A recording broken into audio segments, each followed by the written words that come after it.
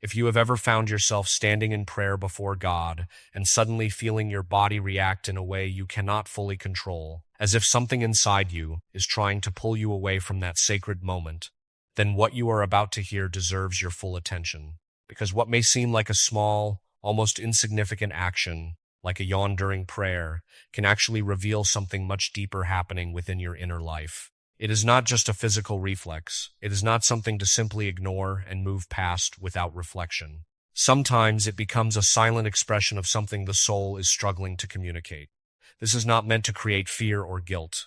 The goal is not to overwhelm your conscience, but to invite you into a deeper honesty about your spiritual life. Because when a person enters prayer, they are not simply repeating words or trying to calm their mind. They are stepping into a real encounter with God, where everything hidden within begins to surface. And in that place, even the body can begin to reveal what the heart is carrying. Prayer is not a routine activity, nor is it a method for emotional relief or stress management. It is the most intimate meeting between the human soul and its creator. It is the moment when a person stands before God without filters, without distractions, and without anything to hide behind.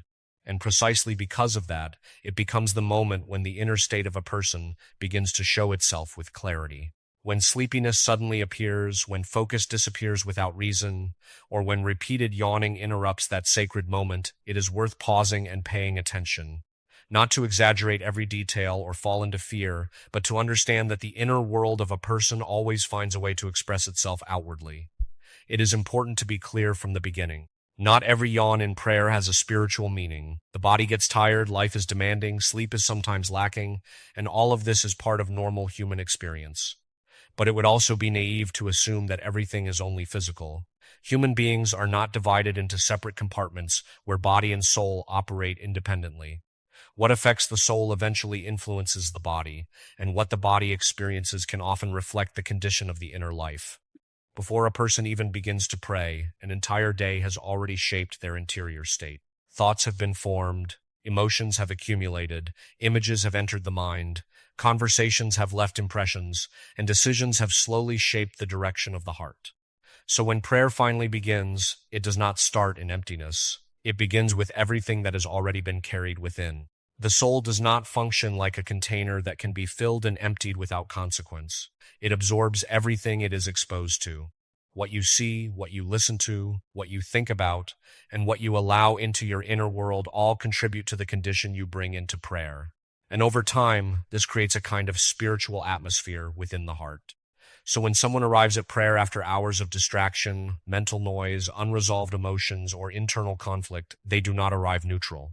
They arrive already formed by what they have lived throughout the day, and that inner condition begins to express itself in subtle but noticeable ways. Sometimes it appears as lack of concentration, sometimes as emotional emptiness, sometimes as a desire for the prayer to end quickly, and sometimes it appears as that repeated yawning that comes exactly when one tries to become still before God. This raises a very honest question that cannot be avoided. How are you actually arriving at prayer? Because what happens during prayer is not separate from what happens before it. The thoughts you allow, the emotions you carry, and the habits you live with throughout the day all shape the state of your heart when you finally stand before God. And when that heart has been filled with constant distraction, unresolved resentment, inner disorder, or emotional fatigue, prayer becomes difficult not because God is distant, but because the heart is divided. And a divided heart always struggles to remain fully present in the presence of God.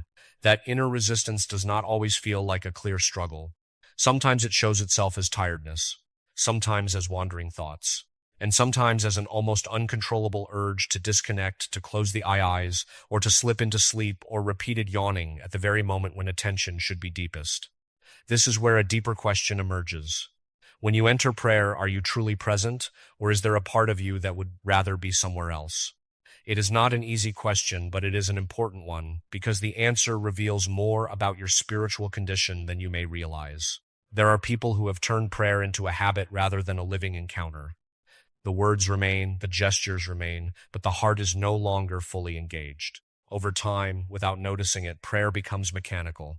And when prayer becomes mechanical, the body often reflects that internal emptiness through fatigue, distraction, and yes, even persistent yawning. At that point, prayer is no longer experienced as a living relationship with God, but as something that must simply be completed. And whenever something becomes a burden internally, the body naturally begins to resist it in subtle ways. This is where a concept that is often overlooked becomes important: spiritual lukewarmness. It is the state in which a person has not abandoned God, but has not given him their full heart either. It is a middle ground where faith exists, but without fire, without urgency, and without complete surrender. Lukewarmness does not feel like rejection, it feels like comfort. It feels like being just spiritual enough to feel secure, but not deeply committed enough to be transformed. And in that state, prayer inevitably loses its depth. It becomes heavy, distracted, and emotionally distant. And when the heart is no longer fully alive in prayer, the body begins to reflect that distance. Fatigue appears without clear reason. Attention weakens, and the mind constantly seeks escape from the very moment that is meant to be an encounter with God. Because when the heart is not fully engaged, the soul does not rest in prayer, and the body eventually reveals that inner disconnect in ways that are hard to ignore. There is another layer to this struggle that goes even deeper, and it is one many people rarely want to confront directly. Because when repeated yawning, heaviness, or sudden sleepiness appear during prayer, it is not always just about distraction or lukewarmness. Sometimes it is about resistance, an inner resistance that feels invisible, yet very real in its effect on the soul. To understand this properly, we must first accept a truth that is often avoided in modern thinking. Human life is not only physical and emotional. There is also a spiritual dimension, and within that dimension there is a real struggle taking place. This is not imagination, and it is not symbolic language. It is a reality that has been taught consistently within the Christian tradition and experienced by countless believers across history. The enemy of the soul does not always work through obvious temptation. In fact, the most effective form of spiritual resistance is often subtle. It does not always push a person toward dramatic wrongdoing. Instead, it quietly tries to weaken their connection with God.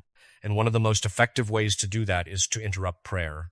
Because prayer is not just a habit, it is a lifeline. It is the moment when the human heart opens itself to divine strength, clarity, and grace. And if that connection is weakened, everything else in the spiritual life begins to lose stability. The enemy understands this very well. So the goal is not always to make a person abandon faith completely, but to make prayer shallow, inconsistent, or distracted. And this is where the experience becomes very practical. A person may sit down to pray with full intention, yet suddenly feel an unusual heaviness. Their mind may become cloudy without reason. Thoughts that were not present before suddenly begin to appear. The body may feel unusually tired, even if there was enough rest. And in many cases, repeated yawning begins exactly at the moment attention is needed the most. This pattern is important, not because every single instance must be interpreted in extreme terms, but because patterns reveal direction. When something consistently pulls a person away from focus at the moment of prayer, it deserves reflection rather than dismissal. Throughout spiritual history, saints and deep thinkers in the faith have described this kind of experience with surprising honesty. Moments of dryness, distraction, and internal heaviness are not new. They are not signs of failure. They are part of the lived reality of spiritual life. Yet they also warn that not every form of dryness is neutral. Sometimes it is simply human weakness, but at other times it is resistance against grace. This is why perseverance becomes so important, because the natural reaction when prayer feels difficult is to shorten it, avoid it, or reduce it to something more comfortable. But spiritually, that reaction leads in the opposite direction of growth. The moment prayer becomes something we only do when it feels easy, it stops being formation and becomes habit without transformation. So when a person experiences repeated yawning or heaviness during prayer, the deeper question is not simply what is happening physically, but what is happening internally in response to God's presence. Is there something in the heart resisting stillness? Is there something uncomfortable about silence before God? Is there an inner discomfort that appears only when one tries to truly enter that space of honesty? Because prayer is not neutral ground. It reveals what is inside the heart. When everything is calm externally but restlessness appears internally during prayer, it often means the soul is being confronted with something it has not yet fully surrendered. And this is where many people begin to step back without realizing it. They interpret the resistance as a sign that prayer is not working, or that they are not suited for it. But in reality, the difficulty is often the very place where transformation begins, because anything that challenges spiritual laziness will feel uncomfortable at first. The real danger is not that prayer feels difficult. The danger is concluding that difficulty means failure. Because once that conclusion is accepted, the person slowly withdraws from prayer altogether, and what remains is only a surface-level spiritual life, outwardly present but inwardly disconnected. This is why endurance matters more than emotional experience. There will be moments in prayer where nothing feels meaningful. There will be moments where the mind is restless, the body is tired, and even simple focus feels like a struggle. But those moments are not wasted. They are often the moments where sincerity is being tested in its purest form. Because when a person remains in prayer, despite dryness, despite distraction, despite physical resistance, something very important is happening internally. The will is being trained to choose God beyond feeling, and that choice is one of the strongest foundations of spiritual life. At this point, prayer stops being about emotional satisfaction and becomes something deeper. It becomes an act of loyalty. A decision that says, even when I do not feel fully present, I will remain here. Even when my mind wants to wander, I will return. Even when my body resists, I will stay before God. And that kind of prayer, even if it feels weak, is often the prayer that shapes the soul the most. There is still another dimension to this experience that many people overlook, and it may be the most uncomfortable one to hear. Because sometimes the repeated yawning, the heaviness, and the internal resistance during prayer are not only about distraction, weakness, or even spiritual struggle. Sometimes they are connected to what is actually taking place in a person's daily life and what has not yet been addressed in the presence of God. Prayer does not exist in isolation. It is deeply connected to the way a person lives when they are not praying. The thoughts they choose, the habits they maintain, the emotions they carry, and the decisions they repeatedly make all begin to shape the condition of the heart.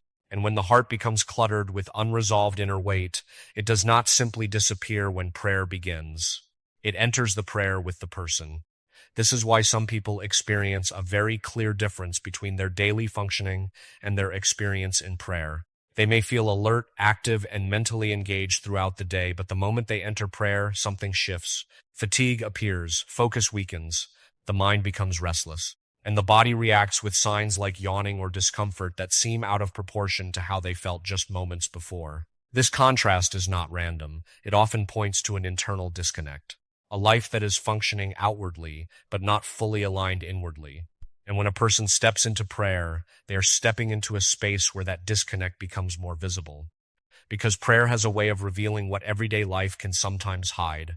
One of the most common sources of this internal weight is unconfessed or unaddressed sin. Not only the major actions people immediately recognize as wrong, but also the quieter patterns that slowly settle into the heart. Resentment that has been held for a long time. Dishonesty that has become normal, impurity that is repeatedly entertained in private, pride that refuses correction, envy that quietly distorts how one sees others, laziness and spiritual responsibility that slowly weakens the desire for God. These are not just moral issues in an abstract sense. They create an internal condition. They build layers within the soul that make openness to God more difficult. Not because God withdraws, but because the heart becomes less receptive. It becomes crowded, and in that crowded space, silence and presence begin to feel uncomfortable. And that discomfort often shows itself physically. The body begins to resist what the soul is not fully ready to face. Attention weakens, restlessness increases. And in many cases, the most visible expression becomes that repeated yawning or desire to escape the moment. This is why examination of life becomes essential. Because it is not enough to ask what is happening during prayer without also asking what is shaping the heart outside of prayer, what has been consumed mentally and emotionally throughout the day, what has been left unresolved, what has been ignored for too long. When these questions are avoided, prayer becomes a place of internal tension rather than peace. Not because prayer itself is negative, but because it is encountering a heart that is not fully ordered, and when disorder meets stillness, discomfort is often the result. There is also another powerful factor that deeply affects the quality of prayer: unforgiveness, holding on to hurt, refusing to release offense, carrying resentment toward another person. These are not small emotional issues, they become spiritual barriers. Because a heart that refuses to forgive is a heart that is holding something tightly closed. And a closed heart struggles in the presence of God because prayer requires openness, it requires vulnerability.